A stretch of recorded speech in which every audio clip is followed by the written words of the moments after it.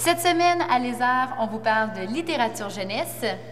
Ah oui, j'ai toujours dit dans l'enfance, à l'adolescence, que moi j'allais écrire des livres plus tard. C'était le métier que je voulais faire, être auteur.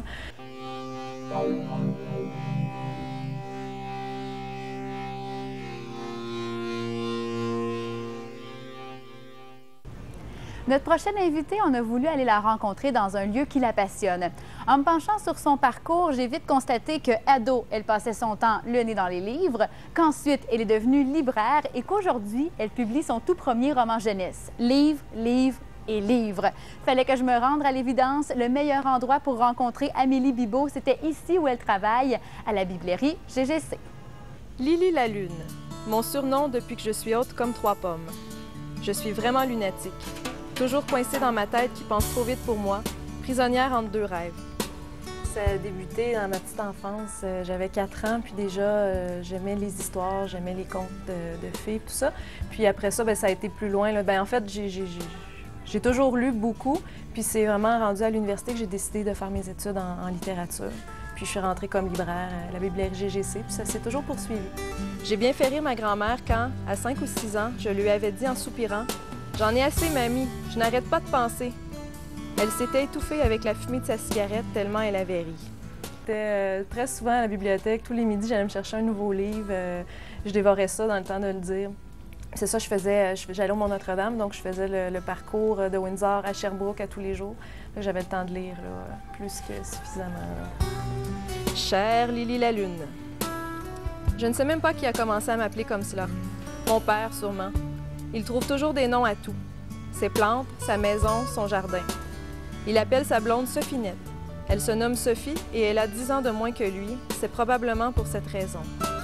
Son fils Nathan, on l'appelle Monstrux parce que c'est un vrai monstre, et ma sœur Anaïs, Annie, comme Anakin dans Star Wars.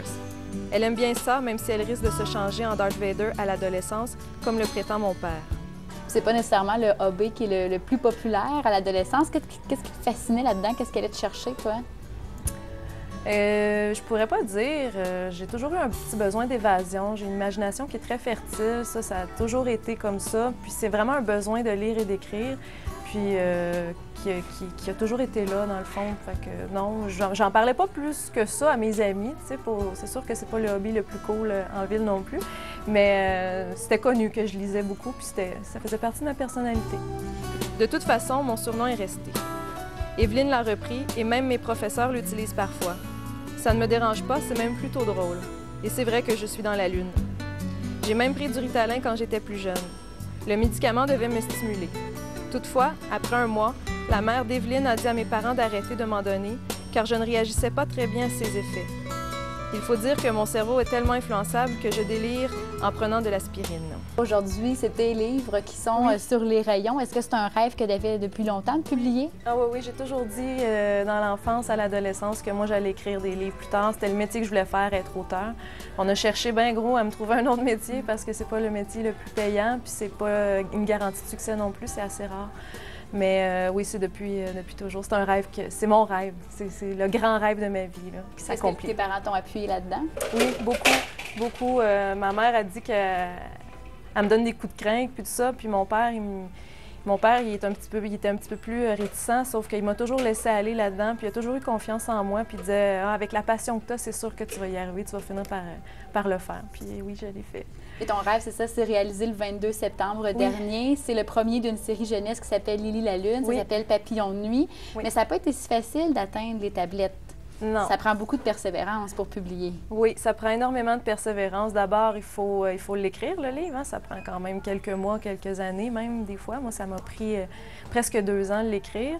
Je l'ai retravaillé avec des amis. Puis ensuite de ça, je l'ai envoyé chez des éditeurs. Puis là, on essuie des refus. Puis mon éditeur, au départ, c'était un refus, mais en me disant si vous voulez le retravailler, je serais peut-être disposée à le relire. Fait que je l'ai retravaillé, il l'a relu, il me l'a renvoyé en me donnant d'autres corrections à faire.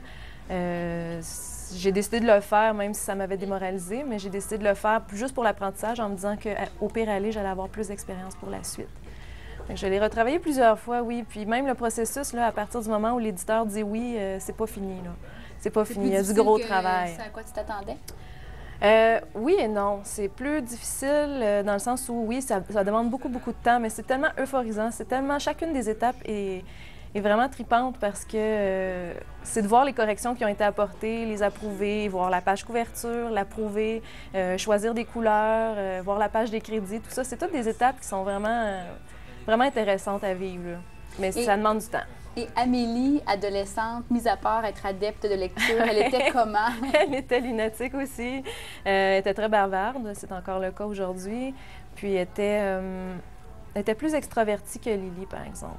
Mais elle ressemble quand oui, c'est pas loin de qui j'étais à 15 ans. Donc ta protagoniste, Lily la Lune, c'est sensiblement toi, là? Ça me ressemble beaucoup. C'est pas moi à part entière, mais ça me ressemble beaucoup, là. Toutes les tournants, un petit peu le problème d'estime personnelle, puis surtout lunatique. Surtout lunatique puis rêveuse, ça.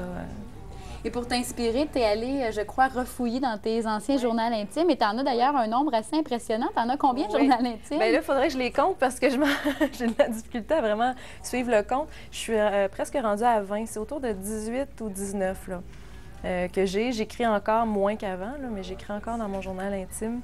Puis oui, je suis allée revisiter ceux de mon adolescence. Puis je continue de le faire pour la suite. Je continue de le faire pour voir, tu sais, il y a une évolution aussi, là. À 16 ans, on ne pense pas nécessairement comme à 15 ans et tout ça. Mais oui, j'en ai plusieurs. Et pourquoi avoir décidé de t'adresser à la clientèle jeunesse? Qu'est-ce que tu avais à leur dire? C'est plutôt parce que c'est mon créneau, c'est mon dada, c'est ce que je lis. C'est un public qui me parle. C'est ce que tu lis, ben oui. Puis j'ai fait de la critique pour la Tribune, puis je m'occupais de tous les romans pour adolescents. Fait que ça va de soi pour moi, mais en même temps, oui, il y a un message, c'est sûr qu'il y a un message que je souhaite passer. L'adolescence, c'est une période qui est difficile, mais qui est hyper intéressante en même temps. Il y a beaucoup d'émotions. On dirait qu'on vit les émotions à 100 000 à l'heure, encore plus que dans n'importe quelle époque de notre vie. Puis c'est ce qui m'intéressait aussi d'aller vivre ça, puis d'aller... peut-être aussi, il y avait comme un aspect un peu plus message, là, où je souhaitais montrer aux jeunes filles à avoir plus confiance en elles, à s'écouter plus, avec tout le mouvement de l'hypersexualisation dont on entend beaucoup parler. J'avais envie de parler de ça. Et est-ce que quand on écrit pour des jeunes, des ados, quand on est adulte, on doit se censurer ou s'imposer certaines limites? Oui, il faut se censurer. Oui, je l'ai appris à mes dépens. Oui, c'est sûr, parce que je mettais peut-être un petit peu trop d'alcool. Il ne faut pas oublier que le public, c'est les écoles. Donc, il faut y aller dans un politically correct, en bon français. Il faut y aller avec quelque chose que les écoles veulent lire. Puis moi, je me suis mis comme objectif aussi, bien, si mes parents, si je suis pas gênée de le faire lire à mes parents, bien, c'est correct. Et là, Papillon de nuit, c'est le premier d'une série de 3 livres à venir. Les 2 autres sont rendus où? Est-ce qu'ils sont écrits en processus d'écriture? La moitié du deuxième. L'histoire est dans ma tête, elle est toute là dans ma tête, ça va. J'ai des plans, tout est fait, là. Il reste juste à l'écrire, mais la moitié du tome 2 est en cours. Il va paraître en septembre 2011, ça c'est confirmé. Le tome 3, ça va sûrement être en septembre 2012, je suppose, mais ça, c'est pas confirmé encore. Okay. Puis, ça se peut qu'il y en ait d'autres. Si l'inspiration me vient, parce que je me rends compte que mes personnages en ont beaucoup plus à dire que je pensais. Ça n'arrête pas. Bon, on te le souhaite qu'il y en ait beaucoup d'autres. Merci. Merci beaucoup, Amélie. Ça me fait plaisir, merci.